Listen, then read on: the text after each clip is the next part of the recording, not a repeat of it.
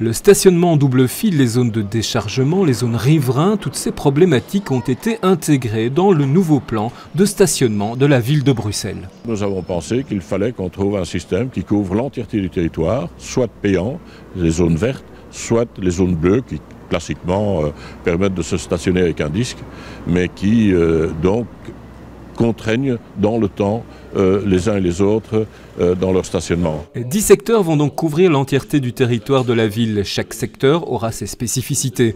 Une carte riverain d'une valeur de 10 € pourra être délivrée à chaque habitant. Elle leur permettra de bénéficier d'espaces de stationnement privilégiés de la zone choisie. Un habitant qui veut une carte riverain pourra le faire de différentes manières. D'abord, il n'y aura plus de papier, donc la carte sera totalement virtuelle. Les contrôleurs pourront introduire le numéro de plaque du véhicule et immédiatement, ils verront la nature de l'abonnement ou de la carte ou de la formule choisie par l'habitant. Une autre priorité du plan sera de garantir une meilleure rotation dans les zones commerçantes ou celles soumises à de fortes pressions. Exemple, au plateau du Ezel, lors d'événements festifs ou sportifs, un créneau horaire supplémentaire sera créé allant de 18 à 21 h. Mais là encore, le contrôle, c'est pas pour le riverain. Il a sa carte, il la paye une fois, il est tranquille.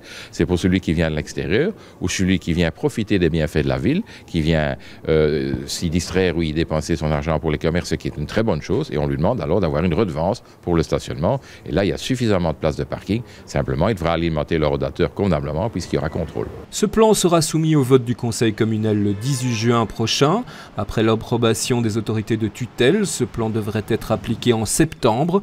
Moment choisi pour une campagne d'information et de sensibilisation des usagers.